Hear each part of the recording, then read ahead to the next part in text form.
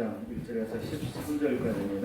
여호수아서 24장 1절에서 13절까지 유일한 문제가 나와서 공부하겠습니다.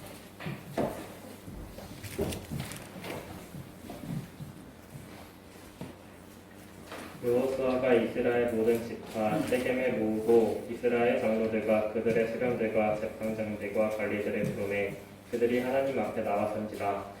여호수아가 모든 백성에게 이르되 이스라엘의 하나님 여호와께서 이같이 말씀하시기를 옛적에 너희의 조상들 곧 아브라함의 아버지 나홀의 아버지를 데려가 강 저쪽에 거주하여 다른 신들을 섬겼으나 내가 너희의 조상 아브라함을 강 저쪽에서 이끌어내어 가나안 온 땅에 두루 행하게 하고 그의 씨를 번성하게 하려고 그에게 이삭을 주었으며 이삭에게는 야곱과 에서를 주었고 에서에게는 세일산을 수유로 주었으나 야곱과 그의 자손들은 애굽으로 내려갔으므로 내가 모세와 아론을 보내었고 또 애굽에 재앙을 내렸나니 곧 내가 그들 가운데 행한 것과 곧 그 후에 너희를 인도하여 내었노라.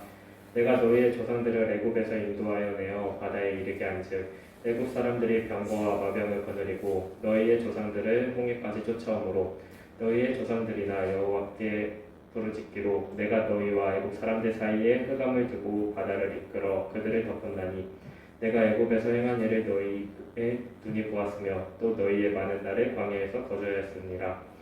내가 또 너희를 인도하여 유단 저쪽에 거주하는 아모리 족속의 땅으로 들어가게 하매 그들이 너희와 싸우기로 내가 그들을 너희 손에 넘겨주매 너희가 그 땅을 점령하였고 나는 그들을 너희 앞에서 멸절시켰으며 또한 모압 왕 십볼의 아들 발람이 일어나 이스라엘과 싸우더니 사람을 보내어 그울의 아들 발람을 불러다가 너희를 저주하게 하였으나 내가 발람을 위해 듣기를 원하지 아니하였으므로 그가 오히려 너희를 축복하였고 나는 너희를 그의 손에서 건져내었으며 너희가 유단을 건너 여리고에 이른즉 여리고 주민들이 곧 아모리 족속과 그리스 족속과 가나안 족속과 헷 족속과 기리가스 족속과 히위 족속과 여부스 족속이 너희와 싸우기로 내가 그들을 너희의 손에 넘겨주었으며 내가 왕거를 너희 앞에 보내어 그 아모리 족속의 두 왕을 너희 앞에서 쫓아내게 하였으니 너희의 칼이나 너희의 활로서 이같이 한 것이 아니며 내가 또 너희가 수고하지 않은 땅과 너희가 건설하지 않은 성읍들을 너희에게 주었더니 너희가 그 가운데에 거주하며 너희는 또 너희가 심지 아니한 포도원과 감람원의 열매를 먹는다 하였느니라. 네. 감사합니다. 이제 우리 다 같이 이제 가슴에다 손 얹고 나 자신을 예수의 이름으로 축복합니다. 나는 하나님이 누구시게도 아까운 존재다. 다시 한번 확신 가지고 시작. 나는 하나님이 누구시게도 아까운 존재다. 그렇게 믿으십니까? 네.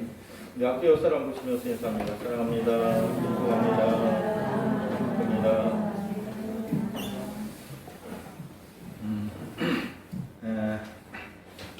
오늘도 말씀에 은혜 받으시기를 주의 이름으로 축원합니다. 축원합니다. 지금까지 우리는 여호수아의 긴 여정을 살펴보았습니다. 여호수아가 가나안 땅을 정복하는 데는 7년이 걸렸다고 하죠. 그래서 우리는 오늘까지 30주에 걸쳐서 이 과정을 살펴보았습니다. 여러분 여호수아로 우리가 필사하기로 했는데 여러분 여호수아를 쓰는 것을 통해서 다시 한번 은혜를 구하는 시간을 갖기를 부탁드립니다. 저도 여호수아서를 되돌아보면 은혜가 저절로 쏟아지는 장도 있었어요. 근데 각 지파에게 땅을 분배해 준 내용을 설교할 때는 설교거리가 전혀 없었어요. 은혜가 되는 설교는 설교 본문에서 은혜가 되는 구절들이 그냥 생수적으로 그냥 흘러나와요. 근데 이게 각 지파에게 땅을 분배하는 그 내용에서는 마른 샘처럼 은혜가 되는 구절을 찾을 수가 없었어요. 설교거리가 없는 이 본문은 또 다른 설교제, 다른 목사님들의 설교 내용을 봐도 그 내용이 없어요. 참 난감해요. 그런데 마른 샘을 더 깊이 파듯이 다시 본문을 읽고 기도하고 주석을 읽고 묵상하면 그 마른 샘조차에서도 설교거리가 나오더라는 것이에요. 그러니까 은혜가 안 되는 본문이 없어요. 은혜를 찾으면 성경은 하나님의 말씀은 모든 것이 다 은혜가 되는 것을 여러분 믿으시기를 주의 이름으로 축원합니다. 자, 여호수아서는 모세의 죽음으로 시작해서 여호수아와 제사장 엘리야셀의 죽음 그리고 요셉의 뼈를 세검에 묻는 것으로 끝이 납니다. 모세의 사명을 이어받은 여호수아의 죽음으로 끝을 맺는데 그래서 오늘 본문의 제목은 뭐라면 무엇을 남기고 갈 것인가 오늘 본문의 제목이에요. 오늘 본문에서 여호수아는 참 멋진 말을 남깁니다. 그 말이 뭐냐면 15절에 오직 나와 내 집은 여호와를 섬기겠노라. 여러분 이 믿음이 여호수아의 믿음만 아니라 저와 여러분의 믿음이 되기를 주의 이름으로 축원합니다. 축원합니다. 오직 나와 내 집은 여호와만은 섬기겠노라. 나는 무엇을 남기고 갈 것인가? 이 제목을 달리 얘기하면 이렇게 얘기하죠. 나는 어떻게 살다가 갈 것인가? 그렇죠? 나는 무엇을 남기고 갈 것인가? 나는 어떻게 살다가 갈 것인가? 동일한 것 같아요. 자, 오늘 본문은 세검에서의 모임으로 시작됩니다. 세검은 어떤 곳입니까? 예루살렘 북쪽 65km 떨어진 곳인데 동서남북을 연결해주는 사통팔달의 교통요지예요. 마치 대전과 같은 그런 곳인 것 같아요. 어디서든 이스라엘 백성들이 모이기가 쉬운 그런 장소였던 것 같아요. 이 세검에는 에브리 산지에 곡창 지대가 있고 그리고 남동쪽으로 400m 떨어진 곳에 야곱의 우물이 있어서 물이 풍부했던 그런 곳이에요. 이 세검에는 많은 일들이 있었습니다. 먼저 가나안 땅에 들어왔던 아브라함 전에 아브라함이 세검 땅 상수리 나무 아래에서 하나님을 만나고 그곳에서 내 자손에게 이 땅을 주겠다라고 하는 약속을 받고 그곳에 제단을 쌓았어요. 그것이 세검이에요. 또 야곱이 돌아와서 형과 화해를 하고 가나안 땅에 머물렀는데 그 땅이 바로 세겜 땅이에요. 또 이 세겜에서 또 안 좋은 일도 있었죠. 야곱의 딸 디나가 세검에게 강간을 당해서 야곱의 아들들이 세검의 남자들을 다 못살에 죽이는 그런 사건도 세겜에서 있었습니다. 이제 여호수아가 모든 장로와 수령과 재판장과 관리들을 세검에 부르고 이스라엘 백성은 하나님의 언약의 백성임을 다시 한번 강조하면서 언약의 증거로 큰 돌을 세우고 야곱의 야곱이 하몰의 자손에게 산 밭에 세검 땅에 요셉의 뼈를 묻게 돼요. 여러분 한번 성경 한번 보세요. 성경 25절 여러분 성경 보셔야 돼요.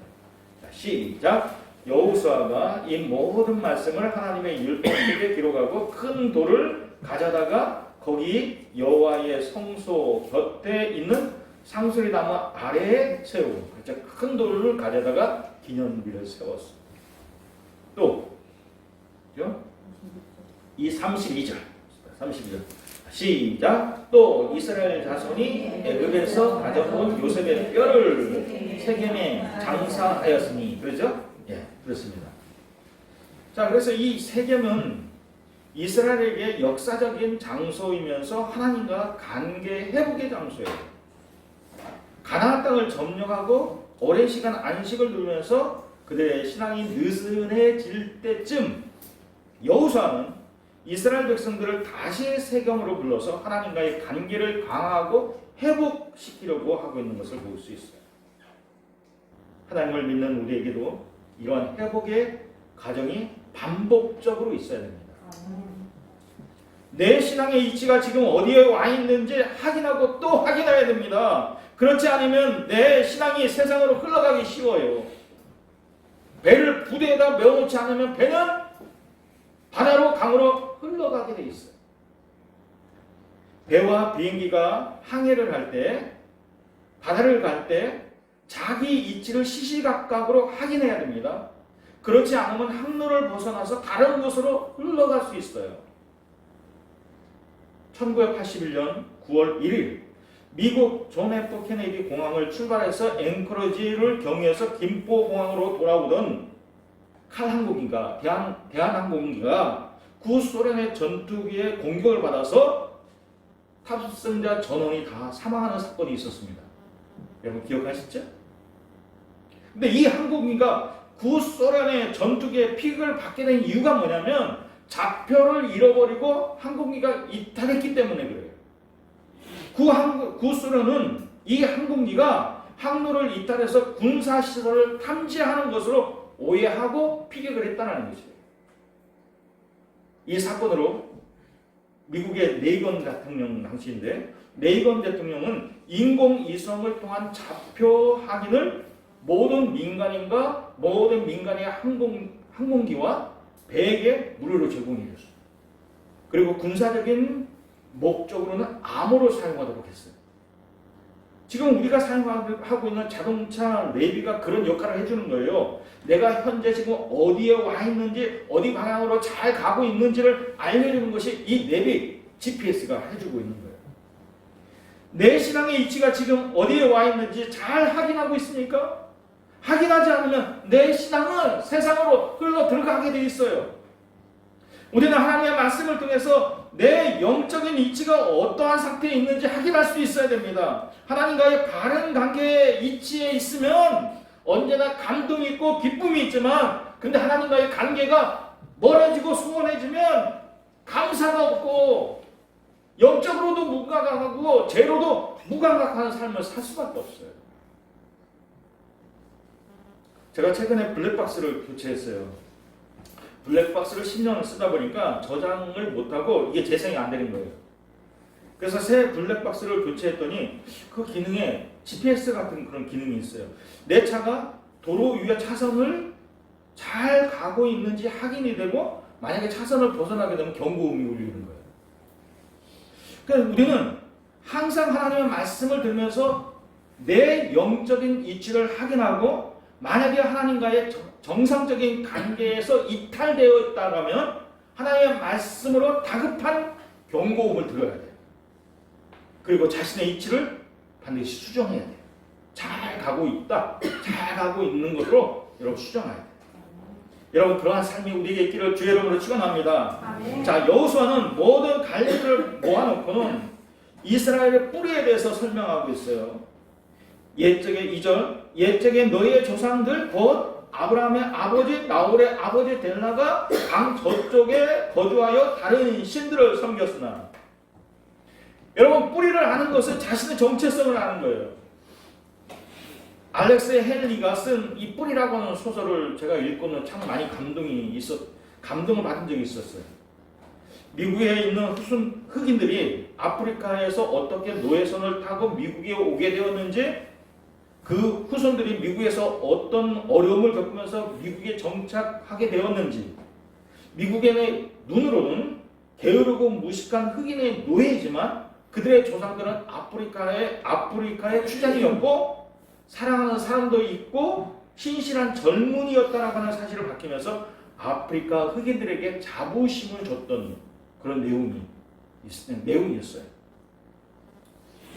뿌리를 아는 것, 이건 자신의 정체성을 아는 거예요.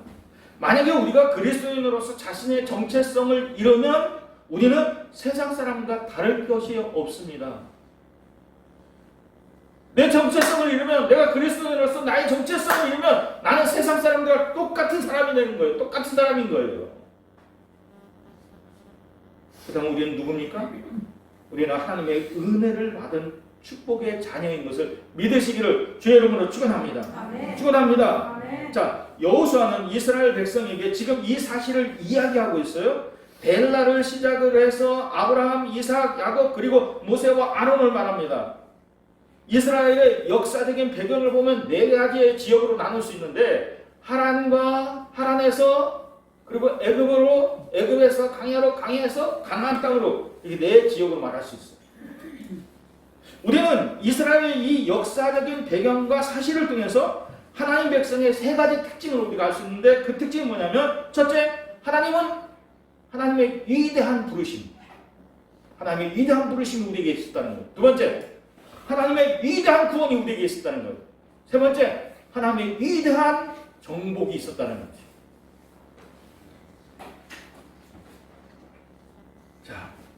우리 인간은 스스로 하나님을 알 수 없어요.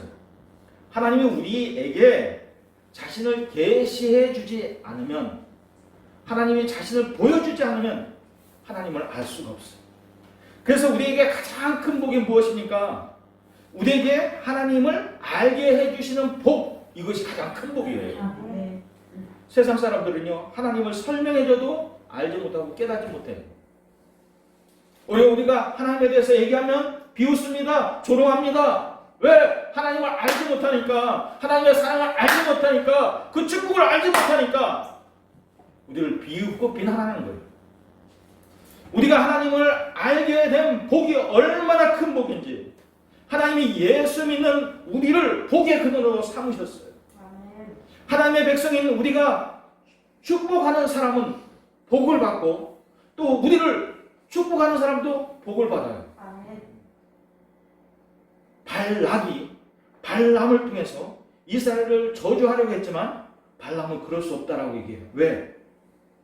자신이 아무리 저주해도 소용이 없다는 거예요. 왜냐하면 하나님이 저주하지 않으면 발람이 아무리 선지자라 할지라도, 거짓말로 저주한다 할지라도 아무런 소용이 없다는 것이에요.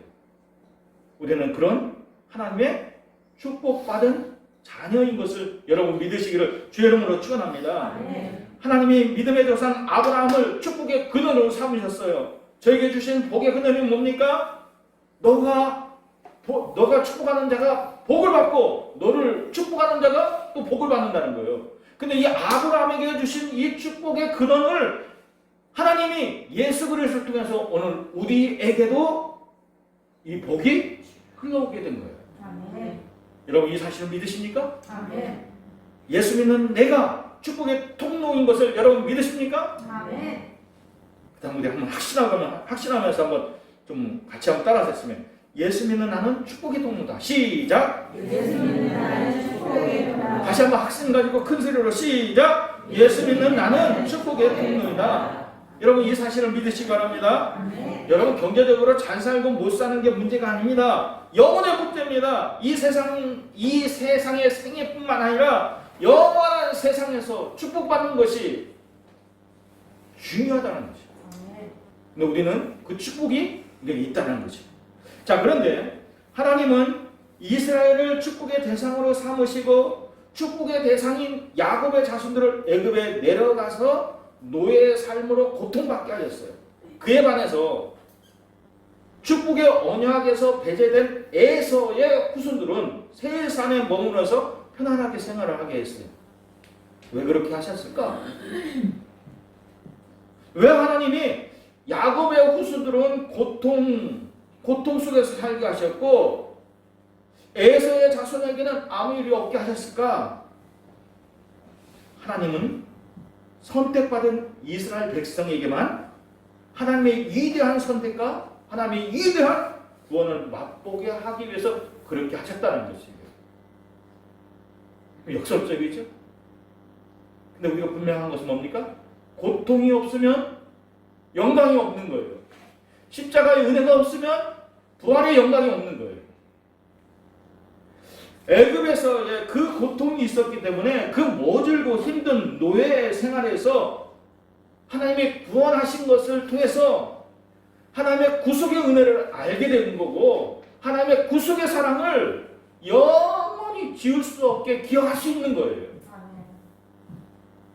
그에 반해서 에서의 후손은 세일산에 살았는데 이 에서의 후손에게는 아무 일이 없는 겁니다. 버려진 겁니다. 하나님이 그냥 두신 거예요. 그들에게 하나님의 은혜도 없고 하나님의 구원도 없고 아무것도 몰라. 하나님의 존재조차도 부인하고 하나님의 사랑은 전혀 깨닫지 못하는 그런 민족이 되는 거예요.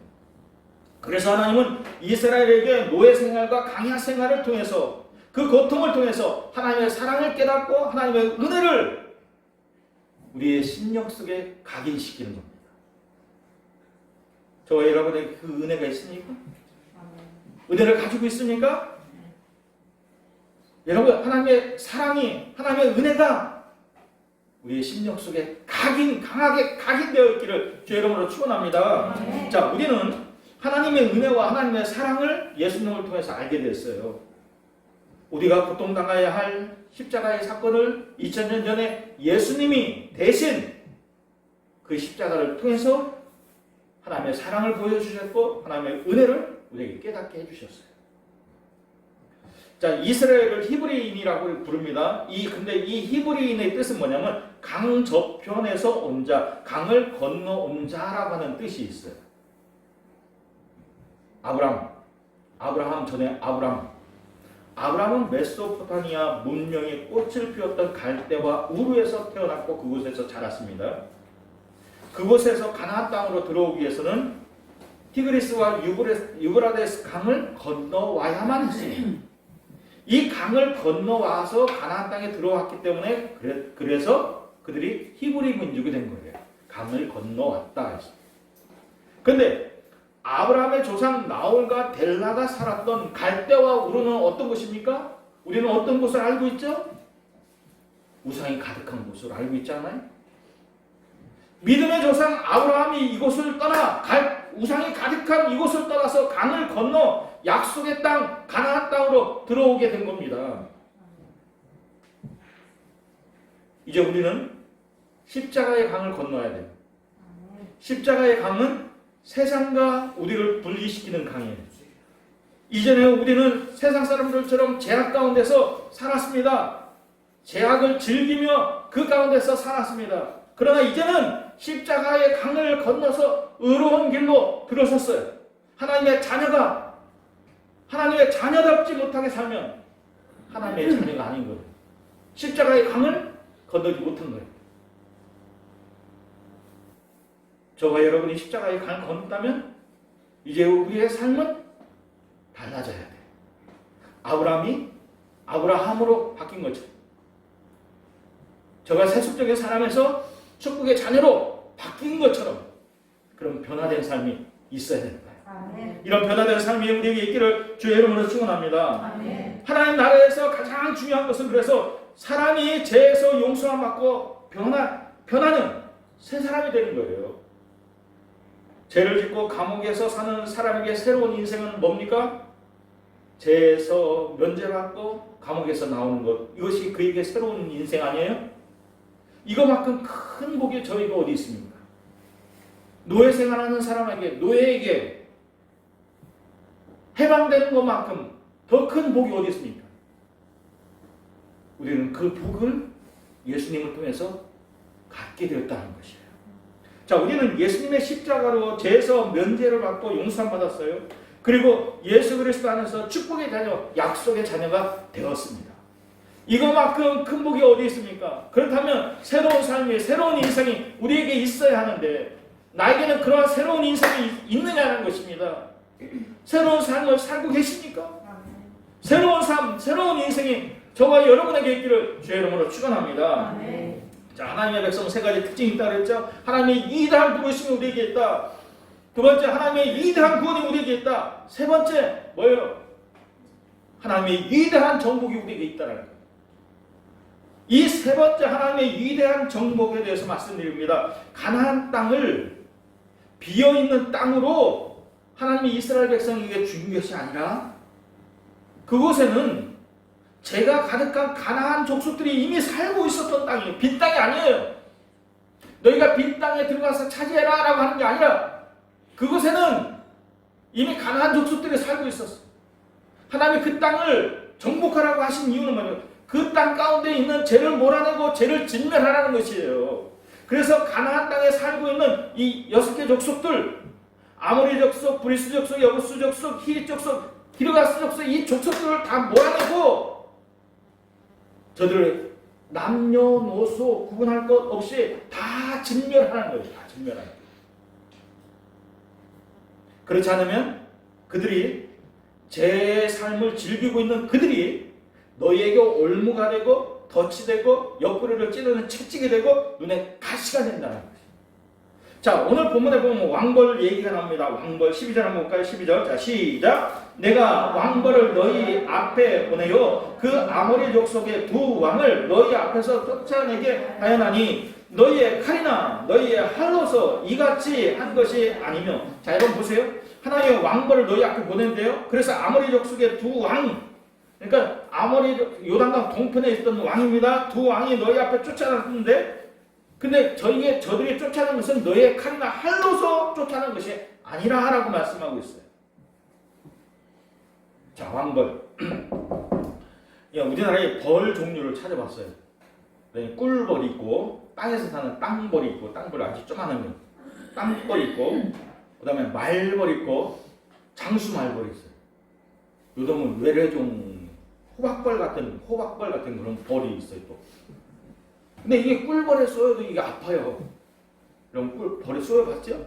꿀벌에만 쏘여도 아파요. 그런데 장수말벌에 쏘이면 얼마나 아픈지 몰라요. 아니, 장수말벌은 꿀벌보다도 크기도 크고 이 독성도 500배가 넘어서 치사율도 높아요. 죽어요. 금방 병 나지 않으면 죽어요. 근데 이 벌은 가만히 있으면 안 쏘아요. 자신의 집이나 자신을 공격하니까 쏘는 거예요. 그리고 또 하나 여러분한테 팁을 하나 가르쳐드릴까요? 벌보다 내가 행동을 빠르게 하면 벌은 자신을 공격하는 줄 알고 쏴요. 그냥 벌이 있다고 해서 무서워서 막 하면 움직이면 벌을 쏘는 거예요. 그냥 가만히 있으면 안 쏴요. 저는 이제 여름에 이제 풀 깎는 일을 많이 하다 보니까 벌에 쏘이는 일이 종종 있어요. 근데 이제는 면역성이 생겼어요. 면역성이 생겨서 조금 이제 붙다가 말아요. 그런데 벌을 보면 지금도 역시 뭐예요? 무서워. 무서워요. 하던 일을 멈추고 있어야 돼. 가만히 있어야 돼. 벌이 내 앞에서 지나갈 때까지 가만히 있어야 돼.